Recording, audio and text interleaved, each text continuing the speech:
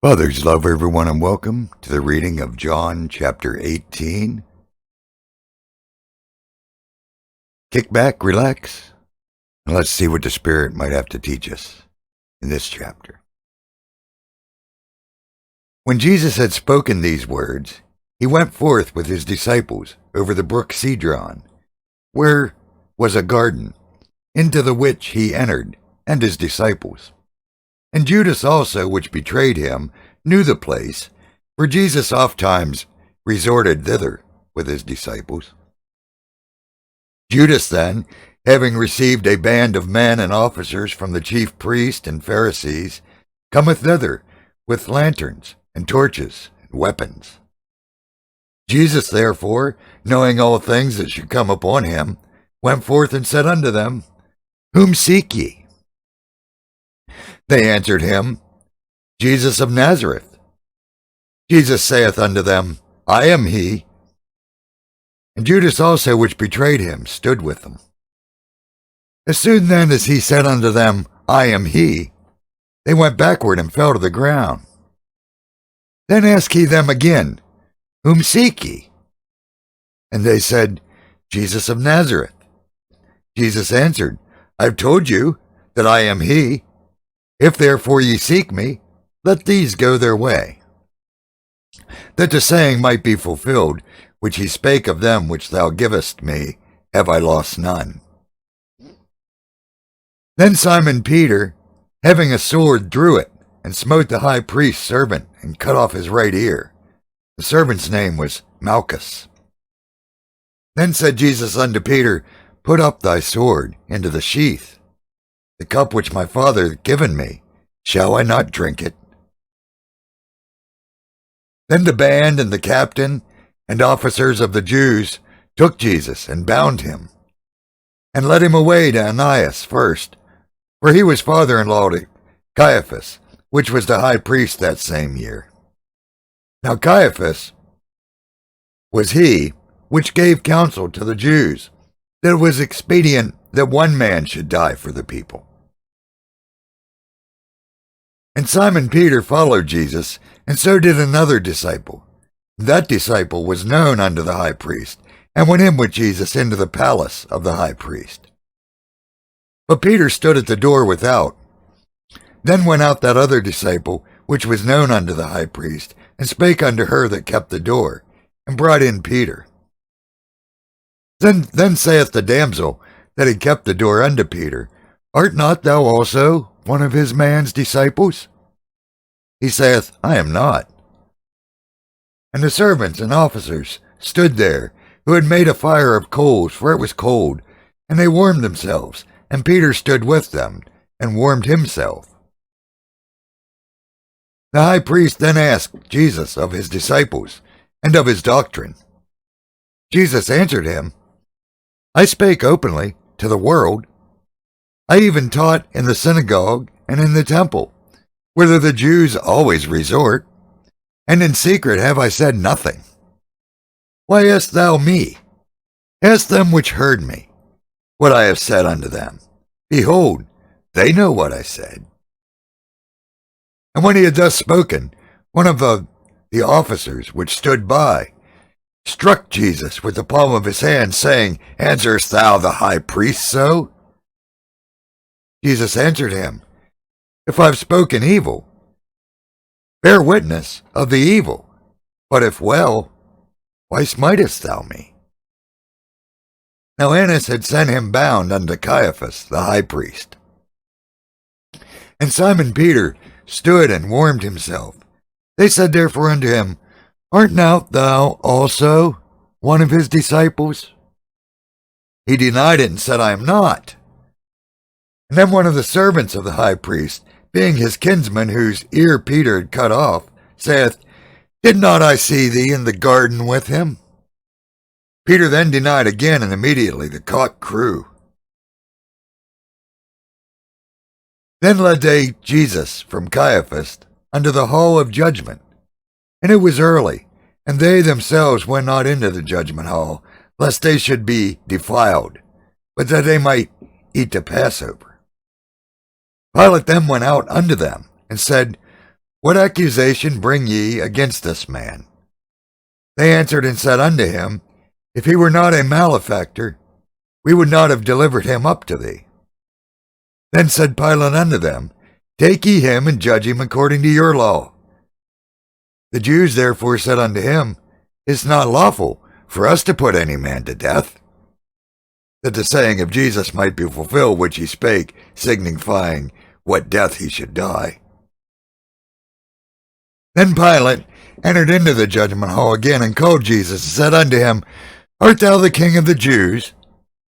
And Jesus answered him, Sayest thou this thing of thyself, or did others tell you it thee of me?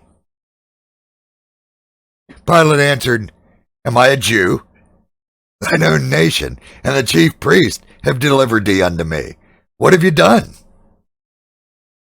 Jesus answered, My kingdom's not of this world. If my kingdom were of this world, then would my servants fight, that I should not be delivered to the Jews. But now is my kingdom not from hence. Pilate therefore said unto him, Art thou a king then? Jesus answered, Thou sayest I'm a king. To this end was I born, and for this cause came I into the world, that I should bear witness unto the truth. Every one that is of the truth heareth my voice. Pilate saith unto him, What is truth? And when he'd said this, he went out again unto the Jews, and saith unto them, I find in him no fault at all. But you have a custom, that I should release unto you one at the Passover. Will you therefore that I release unto you the King of the Jews? Then cried they all again, saying, Not this man, but Barabbas. Now Barabbas was a robber. All right, as always, let's do a review. Now, this chapter talks about where they come to the garden to get him. He's just done what they call the high priestly prayer in the last chapter, one of my favorite chapters, where he's talking about the sanctification and glorification and praying that we can be one as he and the Father are one and all that stuff. And he goes after that, and when his disciples head to a garden that they normally hang out in, where Judas also knows about it, and he's got a bunch of men from the high priest and are going to gather up Jesus, so he leads them to the garden. They come to the garden. Jesus asks them who they're looking for. They tell him Jesus. He says, I'm he. They fall to the ground. All that goes on. They take him away to Ananias, who then takes him to Caiaphas. Also in this chapter, you get where Peter denies him. Remember, Jesus told Peter he was going to deny him 3 times. He denies him 3 times in this chapter. But I want to get up to the quote-unquote trial. So he's taken to the high priest, Caiaphas. And when he gets to the high priest asks him of his disciples and his doctrine. So Jesus answers them and says, I've spoke openly to the world. I taught in your synagogue, in the temple, where you guys always hang out, and I ain't said nothing in secret that I haven't said openly. So why are you asking me what I said? Why don't you ask the ones that heard me what I said? Like a lot of you heard me. You know what I said. They know what I said. And when he said that, and I think he sort of said that because you got to remember, they were doing this in the dark. They came and got him in the dark. Everything they're doing is in the dark, under the cover of dark. They don't want the people to know what they're doing. So Jesus is sort of saying, hey, look, I spoke openly. I spoke right out in the open. I didn't hide anything. I didn't do anything in the dark or in secret. I did everything openly. So why are you asking me what I said and did? You know what I said and did. I did it all in plain sight. So it was sort of jabbing them about the fact that they're doing a lot of stuff in secret here. In my opinion, that's what I think. And I think that's why the officer that was standing by him got mad and struck Jesus and said, you going to talk to the high priest like that? He didn't like that, you know. And Jesus said, well, wait a minute. If I said anything wrong, if I spoke evil, if I lied, then tell me what I lied about. Tell me what evil I spoke. But if I spoke well, if I told the truth, why you hitting me? So after that, Caiaphas sent him to Pilate. Now, as he's heading to Pilate, Peter does his second and third denial. But we're going to skip over that. We're going to get to Jesus before Pilate. So they led him from Caiaphas to the hall of judgment. And Pilate went out and said unto him, what accusation do you bring against this man? They answered and said unto him, if he weren't a malefactor, we would not have delivered him up to thee. So Pilate said, well, you take him and judge him according to your law. The Jews said unto him, well, it's not lawful for us to put any man to death. That way the saying of Jesus might be fulfilled, which he spake, saying, what death he should die. Remember, he said, if I be raised up, knowing he would be raised up, crucified. So they said, well, we can't put him to death, so we basically saying, kill him for us, because, we can't do that. Not lawful for us to kill somebody. You guys kill people all the time. Here. So Pilate entered into the judgment hall again and called Jesus and said unto him, are you the king of the Jews? Jesus says, well, are you asking me that because you heard that yourself? You heard me saying that yourself, or did others tell you that I said that, basically? He's like, am I a Jew? Was I hanging out in the temple? Was I where you were talking? Am I a Jew? No, I don't know what you said. I could care less what you said. I'm not a Jew, a Roman. Your own nation and your chief priest delivered you up to me. What did you do? What have you done that they're so mad about you? What? And Jesus said, well, my kingdom's not of this world. If my kingdom was of this world, then we'd fight. So I wouldn't be delivered up to the Jews. But my kingdom isn't from here. Not where my kingdom has nothing to do with this world. So Pilate said unto him, so you are a king then? And Jesus said, well, you say that I'm a king, and it was to this end that I was born, and for this cause that I came into the world, that I should bear witness to the truth. And everyone is of the truth, hears my voice. The Pilate's like, what's truth? When he said this, he went back out to the Jews and said to them, I can't find anything wrong with this guy. There's no fault in him. He's not guilty of anything. I'll tell you what, we got a custom. You guys know we got this custom. At the Passover every year, we get to release one prisoner to you. So, how about you say I just released to you this king of the Jews, this Jesus guy? And they all cried out saying, no, no, no, no, not this guy. Give us Barabbas. Well, Barabbas was a thief and a robber.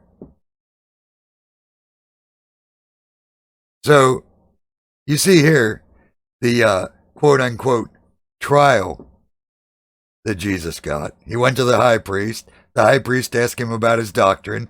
He's like, well, you know my doctrine. I spoke openly about my doctrine. Everything I taught and said was in the open, nothing in secret like you guys are doing. Mine was right out in the open. They didn't like that. They take him to Pilate. Pilate's like, hey, what's going on? Are you a king? They're saying you're the king. Are you a king? He says, well, you're saying I'm a king. Did they tell you that? Or did you hear me say I was a king? Or did they tell you I said I was a king? And all that goes on. And he says about his kingdom's not of this world, which I think is an important thing for us to remember. I think a lot of us see the problem with the Israelites back then is their Messiah they were waiting on was going to come and be a king in this world. He was going to wipe out all the other kings, rule over the world, and they would be in charge of everything. They would be the head people, their kings ruling, everything's under them. But Jesus makes it quite clear his kingdom has nothing to do with this world. Kingdom ain't from this world. It isn't in this world. It has nothing to do with this world. And unfortunately, I think a lot of us get tricked into falling for the same lie. We're waiting for Jesus to come back and take over and rule the world. Same thing that the Israelites were waiting on, and the same reason that they missed Jesus and what he was doing. Don't fall into the same trap. His kingdom isn't of this world. It has nothing to do with this world. This world's out of here. This world will pass away. His kingdom will never pass away. Neither will his truth and his words. Everything else is going to pass away. The books, this world, all that stuff. That's not ever what it was about. So I think we need to remember his kingdom and the kingdom we're going to live in, and the kingdom we are already a part of, if we're born again followers of Jesus, has nothing to do with this world. We pray for this world. We try to shed light in the world. We try to bring everyone to Christ, but we know this world's history. We know it's going down, and it's quite obvious why. It's so full of evil, and I mean, come on. Why would you want to save this world? The world's horrible.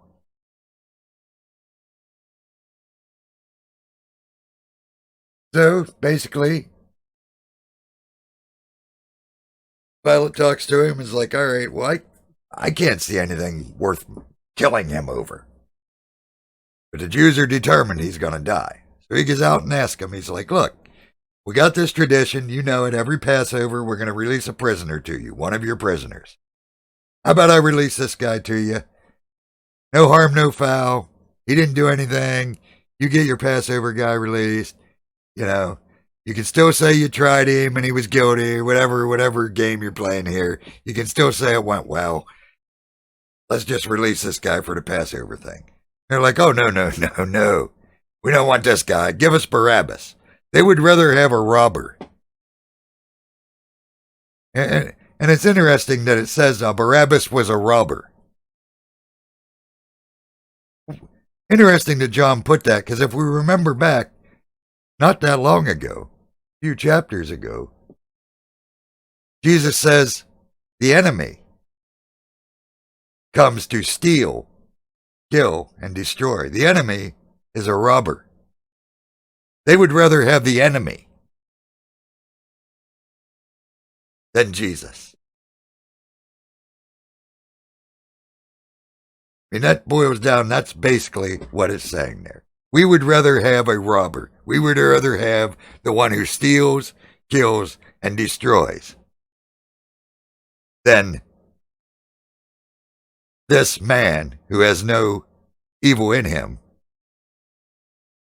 We would rather have the enemy. We want you to kill the truth.